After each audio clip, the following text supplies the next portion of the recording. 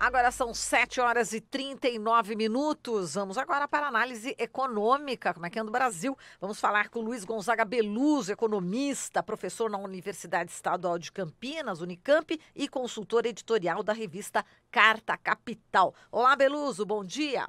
Bom dia, Marilu. Bom, os dias não estão tão bons, né, na área econômica. Eu queria que você analisasse, Beluso, como é que anda o Brasil. Agora, o Bolsonaro, né, assinou acordos bilaterais com Emirados Árabes. Que análise você pode fazer em relação a esses novos contratos, hein, Beluso? Olha, as informações são um pouco ralas, né? Um tanto ralas, são escassas.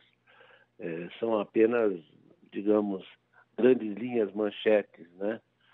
Eu acho que o importante nesse caso aí é a gente registrar digamos, a capitulação dele depois de ter, né, manifestado aquela inclinação, não é, para privilegiar Israel, por exemplo, né?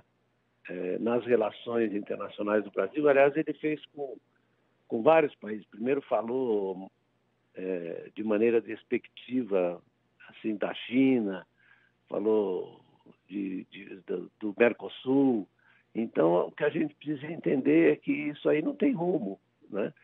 Quer dizer, hoje em dia, você, né, imaginar que vai se alinhar automaticamente aos Estados Unidos, não que a gente vá desprezar as relações com os Estados Unidos, que isso seria uma tolice, mas se alinhar automaticamente aos Estados Unidos, no momento em que a economia mundial está se transformando, que você tem outros protagonistas importantes que estão, na verdade, estou falando do ponto de vista econômico e geopolítico, outros protagonistas importantes que estão despontando aí e que a gente não pode menosprezar, aliás, não podemos menosprezar ninguém. O Brasil sempre foi um país muito voltado para a universalidade das suas relações, né? Sem preconceito, etc. A questão, Marilu, é que a concepção estreita do presidente brasileiro acaba se chocando com a realidade e, frequentemente, ele é obrigado a abjurar das crenças que ele manifestou no primeiro momento, o que torna a nossa posição internacional muito complicada, né?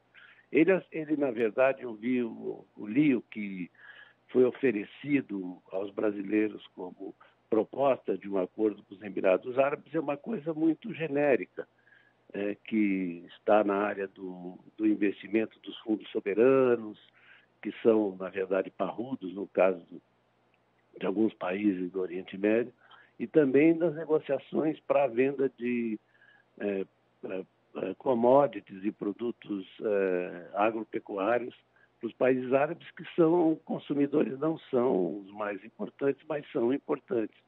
Então ele vai, na verdade, amansando essa hostilidade que ele manifesta desde eu acho que a política internacional do churrasco na laje depois de uma cervejada, né?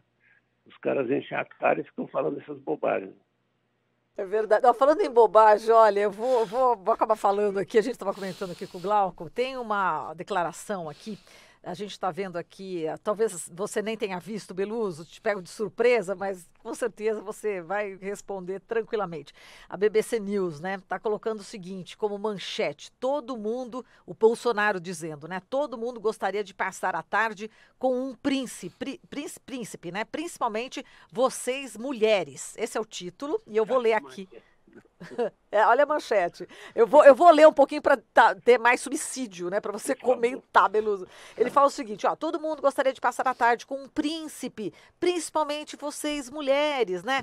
Ele fez esse comentário na manhã desta terça-feira, a jornalistas, né? Na saída do hotel onde ele está hospedado em Riad, na capital da Arábia Saudita, para uma série de compromissos oficiais. E ele diz o seguinte, ele tinha sido questionado, né, por uma repórter sobre a pauta, né, que seria discutida entre o líder brasileiro e o príncipe herdeiro da Arábia Saudita, Arábia Saudita, Mohammed bin Salman, com quem tem aí 3 encontros marcados na capital do país árabe, né?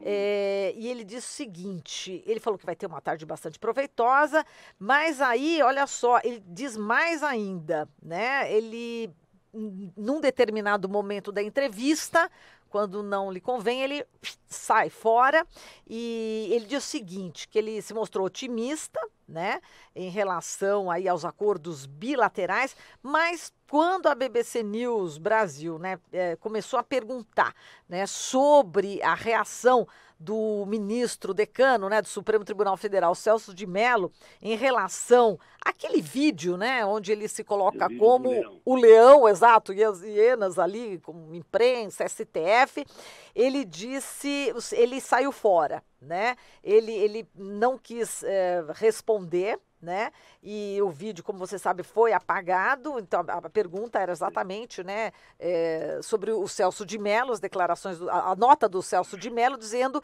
que é um atrevimento e falta de limites, né, do presidente da República colocar um vídeo daquele, certamente colocado pelo filho zero lá, o Carlos Bolsonaro, né? Enfim, é isso. Como é que você vê essas declarações em relação às mulheres, que as mulheres gostam né, principalmente príncipe, né, que gostariam de estar com príncipe, e também né, se esquivou, né, da pergunta em relação ao comentário do Celso de Mello? Não, você veja, Marilu, que todas essas manifestações, elas apontam para uma falta de, na verdade, de compromisso com o posto que ele ocupa, né? Ele não tem nenhuma noção. Ele se comporta como se ele tivesse na casa dele, na copa, lá sentado com os 3 filhos, e comentando a maneira, no nível cultural que compete a eles, né, que eles têm, eles ficam comentando os acontecimentos do dia. Quer dizer, ele não tem nenhuma noção, nem compromisso com o cargo que ele ocupa, né? Então, você veja que isso tem repercussão muito ruim do ponto de vista da reputação do Brasil e mesmo nos mercados internacionais, estou falando dos mercados, mas no mundo de hoje, né, é uma coisa que esse negócio da mulher querer ficar com o príncipe, né, é uma coisa que revela uma precariedade na avaliação das relações hoje sociais, etc., da evolução do respeito, né, à mulher, de reconhecimento de séculos de desigualdade, do avanço das mulheres na sociedade, o que é muito bom, né? E ele não tem nenhuma noção. Isso é uma coisa dolorosa. Eu até não sei se eu devo rir ou se eu devo lamentar profundamente, né? Porque isso é uma coisa no vídeo que eu vi dos leões, né? Quer dizer, ele se considera, na verdade, permanentemente ameaçado, que é uma outra dimensão da personalidade dele, a paranoia, né? Ele está permanentemente ameaçado. Então, ele não vê a presidência da República como uma instituição, o executivo, digamos, como uma instituição que está relacionada com as demais. É o que disse o Celso de Mello. Celso de Mello, que é um sujeito assim muito legalista, rigoroso, né? Ele percebeu qual é o problema do Bolsonaro. Qual é o problema? Ele não tem nenhuma noção de como funcionam as instituições da República. Nenhuma. Ele acha que ele está na copa da casa dele. Olha, eu estava lendo outro dia a propósito um texto do Rousseau, né, que é o texto sobre economia política, em que ele compara o papel do chefe de família com o papel do chefe de Estado, né, mostrando as necessárias diferenças. Você não pode agir como chefe de Estado como se for a chefe de família, né? As regras são outras, o ambiente é outro. Mas nós estamos sofrendo essa regressão, né? Isso é uma regressão, porque, na verdade, é um desrespeito completo. Ele vive falando da boca para fora liberdade e democracia. Ele não sabe como isso é exercido numa sociedade contemporânea, diversificada, em que a igualdade deve conviver com a diferença, né? As pessoas não entendem, às vezes, quando você fala em igualdade, eles acham que não pode haver diferença. Igualdade é igualdade básica, né? Ele não tem noção de nada. Essa que é a verdade. Nós estamos na mão de um sujeito que é despreparado, completamente despreparado. E as pessoas acham que ele tem uma estratégia. Ele não tem. a estratégia deles é exatamente a falta de estratégia, é recorrer a essas banalidades que correm em alguns setores da sociedade. Agora, Beluso, em relação ao Mercosul, né, o presidente Jair Bolsonaro já havia dito em ocasiões anteriores que em caso de vitória de Alberto Fernandes ou da volta da turma do Foro de São Paulo, ele reavaliaria ali a situação do Brasil dentro do bloco econômico. Paulo Guedes também já declarou certa vez que se o Mercosul der problema, ele sai do Mercosul. Como é que você vê esse tipo de postura também? Mas queria que você falasse a respeito da importância que o Mercosul tem, não só do ponto de vista das relações internacionais, mas principalmente da economia para o Brasil. Não, sem dúvida que, na verdade, o Mercosul tem uma importância enorme, né?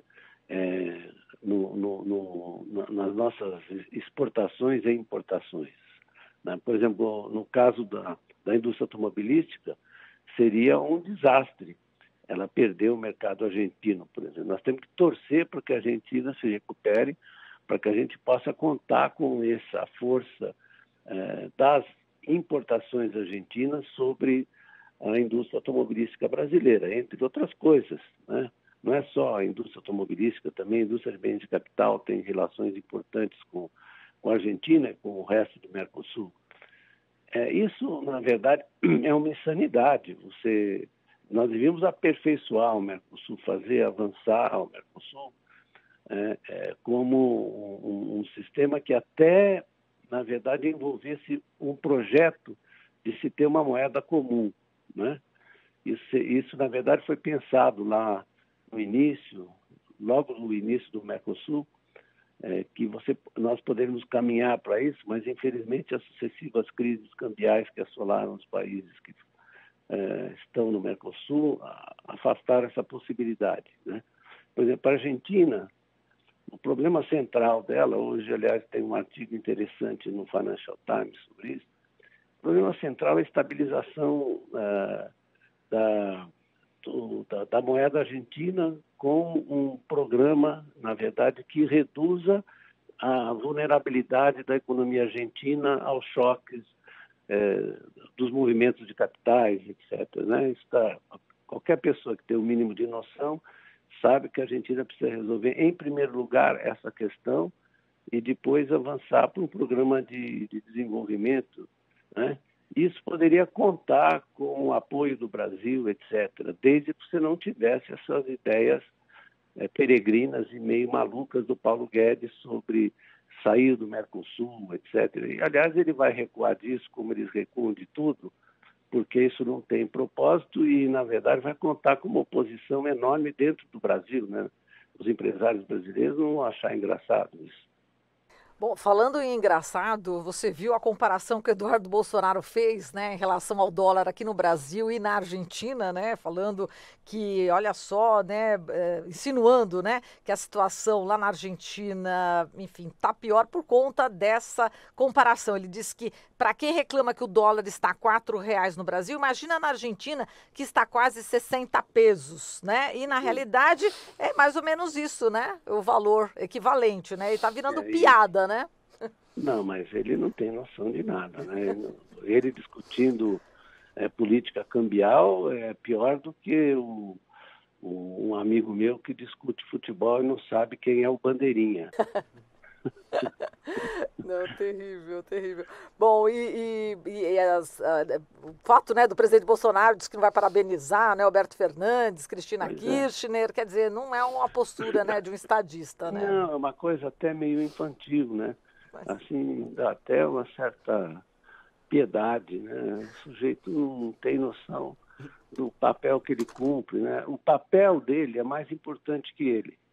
E ele, na verdade, está querendo se sobrepor ao papel com a sua ignorância. É isso. Perfeito. E com essa ignorância, né, do presidente Jair Bolsonaro, a gente encerra aqui a entrevista, Beluso. Muito obrigada pela sua participação. Um grande abraço para você. Um abração. Até mais. Falamos aqui com Luiz Gonzaga Beluso, economista, ele é professor da Unicamp e também consultor editorial da revista Carta Capital.